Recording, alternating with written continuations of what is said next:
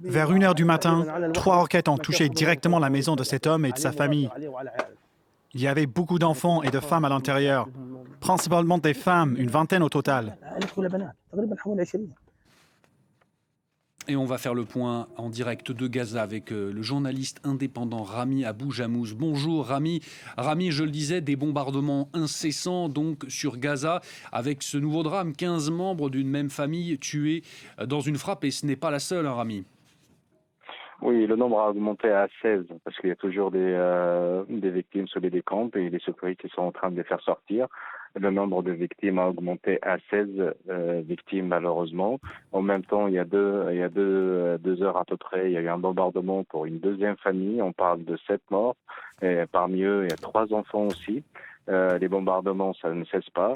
Ce matin, on s'est réveillé aussi avec de nouvelles ordres d'évacuation à l'est de Marazi et tout le quartier de Marazi à l'est de Deir el-Balah.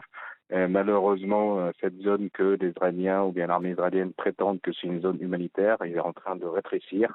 D'après le chiffre de l'UNRWA, on parle que la zone actuelle dans les Israéliens, ils sont en train de rétrécir et représente 11% de la surface de la bande de Gaza. On parle à peu près de 35 km².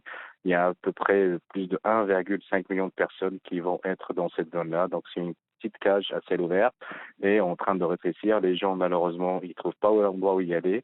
Il n'y a pas d'endroit où y aller au niveau sécuritaire parce que même ces zones-là, c'est des zones qui n'ont rien, qui a pas de garantie que c'est une zone sûre où il n'y a pas de bombardement. Ça a été bombardé plusieurs fois.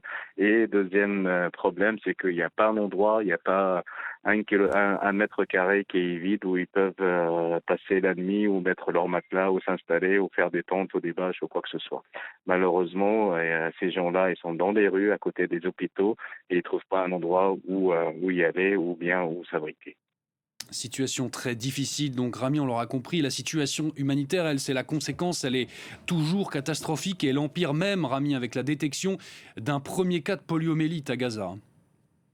Oui, aujourd'hui, le ministère de la Santé, ils ont confirmé que, parce qu'ils avaient envoyé un échantillon d'un nouveau-né qui date de 8 mois, qui a été né à Deir el-Balah. Ils ont envoyé ces analyses à un laboratoire en Jordanie et le résultat a été affiché aujourd'hui que ce bébé a été touché par ce virus.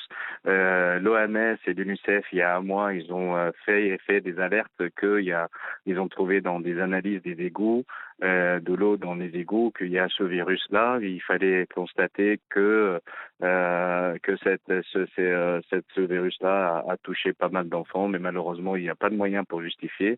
Et là, ça a été fait en Jordanie. D'après l'OMS, il y a à peu près 640 000 enfants ont besoin, et moins de 10 ans ont besoin de ce vaccin. Et d'après l'OMS aussi, ils attendent à peu près 1,6 million de vaccins pour entrer dans la bande de Gaza pour vacciner les enfants. Mais malheureusement, jusqu'à présent, ils attendent l'accord de l'armée israélienne pour les faire entrer. Merci beaucoup, Rami, pour toutes vos explications. Rami Abou Jamous, journaliste indépendant à Gaza.